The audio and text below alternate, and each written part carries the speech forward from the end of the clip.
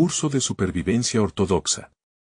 Jeromonje Serafín de Platina Conferencia 2. La Edad Media. La raíz de toda la historia moderna radica, como hemos dicho, en el cisma de la Iglesia de Roma, sobre el cual Iván Kireyevsky habla muy bien porque, habiendo sido él mismo un hijo de Occidente y habiendo ido a Alemania a estudiar con los filósofos más avanzados, Hegel y Schelling, estaba completamente impregnado del espíritu occidental, y luego se convirtió completamente a la ortodoxia, y por lo tanto vio que estas dos cosas no pueden combinarse. Y quería averiguar por qué son diferentes y cuál es la respuesta en el alma de uno, que debe elegir uno. Así que dice, en primer lugar, que por supuesto Roma fue una vez parte de la Iglesia Universal de Cristo, y a lo largo de los primeros siglos no hay duda de que el patriarcado romano es un patriarcado ortodoxo perfectamente legítimo, e incluso tiene una primacía de honor que es la misma que tenía el patriarca de Constantinopla hasta tiempos recientes, y la tendría hoy si aún fuera ortodoxo, lo que no significa que sea una especie de papa, sino solo que es el primero entre iguales. Es decir, preside las reuniones de obispos y demás. Pero, como dice Kireyevsky, ahora cito, cada patriarcado, cada tribu, cada país en el mundo cristiano no ha dejado de preservar sus propias características mientras participa al mismo tiempo en la unidad común de toda la Iglesia. Cada pueblo, como resultado de circunstancias locales, tribales o históricas, ha desarrollado en sí mismo algún aspecto de la actividad mental, de modo que es bastante natural que en su vida espiritual y en los escritos de sus teólogos mantenga esta misma característica especial, aunque iluminada por una conciencia superior, es decir, la cosmovisión de la ortodoxia.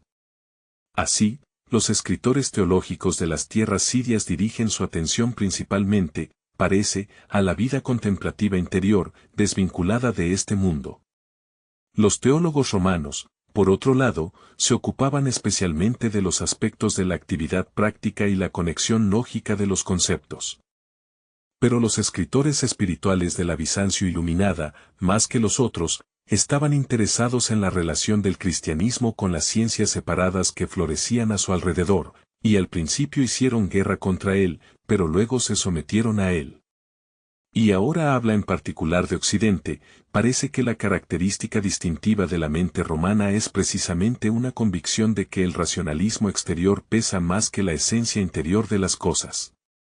Entre todas las características del hombre romano y todas las vueltas de sus actividades intelectuales y del alma, vemos una característica común, que el orden exterior de sus conceptos lógicos era para él más real que la realidad misma, y que el equilibrio interior de su existencia lo conocía solo en el equilibrio de sus concepciones racionales o actividad formal exterior. Luego habla en particular del beato Agustín. Ningún padre de la Iglesia antiguo o moderno mostró tal amor por la cadena lógica de verdades como el beato Agustín.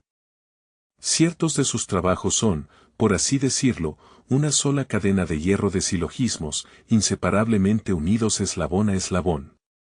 Quizás por esto a veces se deja llevar demasiado, sin notar la unilateralidad interior de este pensamiento debido a su orden exterior. Tanto es así que, en los últimos años de su vida, él mismo tuvo que escribir refutaciones de algunas de sus declaraciones anteriores. Y sabemos, por supuesto, que Agustín se desvió en la cuestión del libre albedrío porque él mismo sentía tan fuertemente la acción de la gracia en su conversión que no apreciaba completamente la enseñanza patrística de los padres ortodoxos sobre el libre albedrío que Juan Casiano en Occidente sí apreciaba y enseñaba.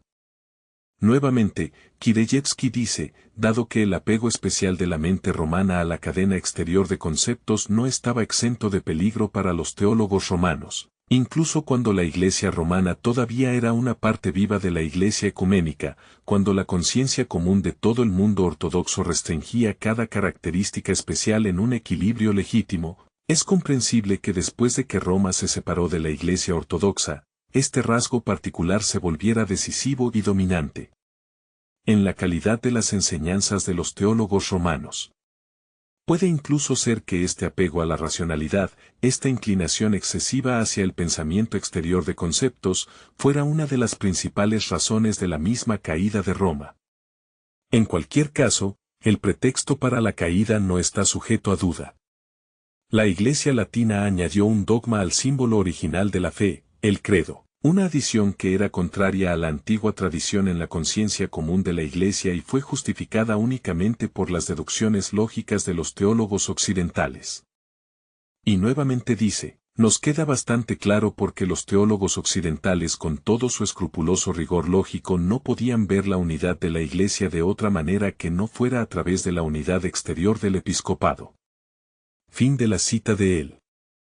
Ahora, nuevamente, habla sobre otro punto, y esto también explica por qué podían asignar un valor esencial a las obras exteriores de un hombre, porque, cuando un alma estaba interiormente preparada pero tenía una insuficiencia de obras exteriores, no podían concebir otro medio de su salvación que un periodo definido de purgatorio, porque, finalmente, podían asignar a ciertos hombres incluso un exceso de obras exteriores meritorias y dar esta valía a aquellos que tenían insuficientes obras exteriores.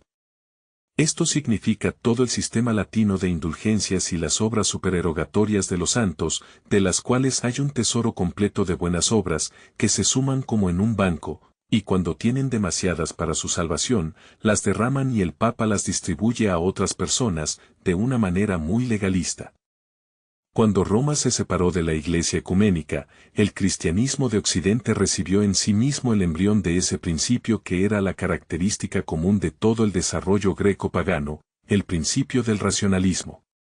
La Iglesia romana se separó de la Iglesia oriental al cambiar ciertos dogmas que habían existido en la tradición de todo el cristianismo, por otros dogmas que eran el resultado de meras deducciones lógicas. El resultado es la Edad Media, es decir, la escolástica. Y sobre esto Kireyevsky dice, un juego interminable y agotador de concepciones durante la duración de 700 años. Este inútil caleidoscopio de categorías abstractas que giraban sin cesar ante la mirada mental inevitablemente tenía que producir una ceguera general hacia esas convicciones vivas que están por encima de la esfera de la razón y la lógica. Porque un hombre asciende a las convicciones no por el camino de los silogismos, sino, por el contrario, cuando se esfuerza por fundar sus convicciones en deducciones silogísticas, solo distorsiona su verdad si no las aniquila por completo. Y así, la Iglesia occidental, incluso en el siglo IX, sembró dentro de sí la semilla inevitable de la reforma que colocó a esta misma Iglesia ante el juicio de esta misma razón lógica que la Iglesia romana había exaltado. Incluso un hombre pensante ya podía ver a Lutero detrás del Papa Nicolás I, el Papa que estaba excomulgando a San Focio, y pretendiendo ser el jefe de la Iglesia en el sentido posterior de los papas. Así como en las palabras de los católicos romanos, un hombre pensante del siglo XVI podía prever detrás de Lutero a los racionalistas protestantes del siglo XIX. La Iglesia romana se apartó de la verdad solo porque deseaba introducir en la fe nuevos dogmas desconocidos para la tradición de la Iglesia y engendrados por las conclusiones accidentales de la lógica occidental. De esto se desarrolló la filosofía escolástica dentro del marco de la fe, luego una reforma en la fe, y finalmente la filosofía fuera de la fe. Los primeros racionalistas fueron los escolásticos. Se podría decir que los novenos y últimos racionalistas son los hegelianos de su época, se podría decir que la Europa del siglo XIX terminó el ciclo de su desarrollo que había comenzado en el noveno. Eso da una visión muy precisa que es una explicación muy plausible del mecanismo por el cual Roma dejó la Iglesia y desarrolló toda la cosmovisión moderna que es tan antiortodoxa. Es muy difícil profundizar más que eso, encontrar algún tipo de razones más profundas porque esas cosas están ocultas para nosotros. El diablo está constantemente trabajando. Bien puede ser que el diablo estuviera intentando una y otra vez y cuando encontró a los egipcios listos para entrar en el cisma monofisita, tal vez tenía planes de convertirlos en el instrumento que usaría para formar la apostasía, o tal vez la mentalidad armenia, y así sucesivamente, pero sucedió que fue la mentalidad romana la que funcionó, porque una vez que se apartó de la ortodoxia, libre para desarrollarse según sus propios principios, se convirtió en una fuente de una filosofía completamente nueva que tenía el poder de abrumar al mundo, lo cual finalmente hizo en nuestro tiempo. Así que con el cisma que se hizo definitivo alrededor de, decimos, con 1054, las excomuniones de Roma y Constantinopla, la lógica romana se coloca por encima de la unidad de la Iglesia, por encima de la conciencia de la Iglesia, de modo que el Espíritu Santo ya no la guía, como en la Iglesia ortodoxa, sino que ahora hay una autoridad exterior, el Papa. Y los historiadores occidentales mismos dejan bastante claro que en este momento algo nuevo entró en la Iglesia, en Occidente. Antes de esto había alejamiento temporal entre Oriente y Occidente, vemos en la época de San Focio y el Papa Nicolás y, incluso hubo excomuniones, pero luego una restauración de la comunión. El mismo Carlomagno, al hacer un imperio rival en Occidente, también fue la causa de fricción, pero no fue hasta este siglo XI que el alejamiento se convirtió ahora en una separación. Y en ese mismo tiempo, entró en Occidente este nuevo principio que se describe en el libro de un ecumenista dominico, Yves Congar, después de 900 años, hablando sobre las posibilidades de unirse con Oriente. Menciona precisamente esto como una de las cosas que tendrán que superarse antes de que pueda haber unión. Él dice, un cristiano del siglo IV o V se habría sentido menos desconcertado por las formas de piedad corrientes en el siglo XI que su homólogo del siglo XI en las formas del siglo XII, es decir, en Occidente. Hubo un cambio tan grande ya en este siglo, el siglo XI, el siglo del cisma y el XII, el apogeo de la Edad Media. La gran ruptura ocurrió en el periodo de transición de un siglo al otro. Este cambio tuvo lugar solo en Occidente, mientras que en algún momento entre el final del siglo XI y el final del siglo XII, todo se transformó de alguna manera. Esta profunda alteración de la visión no tuvo lugar en Oriente donde, en algunos aspectos, los asuntos cristianos son todavía hoy lo que eran entonces, y lo que eran en Occidente antes del final del siglo XI. Y aquí él piensa que hemos llegado al núcleo mismo de nuestro tema. En el periodo entre el final del siglo XI y el final del siglo XII, se alcanzó un punto de inflexión decisivo en Occidente. Fue una época caracterizada por varias transiciones. Primero, la transición de una perspectiva predominantemente esencial y ejemplarista a una naturalista, un interés en la existencia.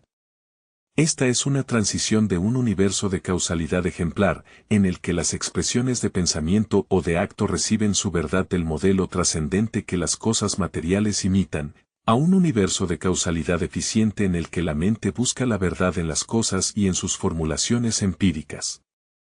En segundo lugar, hubo la transición del símbolo a la dialéctica, o, como se podría decir con mayor precisión, de una percepción sintética a una inclinación por el análisis y preguntas. Aquí tenemos el comienzo de la escolástica. La diferencia entre los dos mundos es la diferencia entre la actitud de percepción sintética en busca de la relación de las partes con el todo, y una actitud analítica, es decir, que descompone las cosas y las analiza.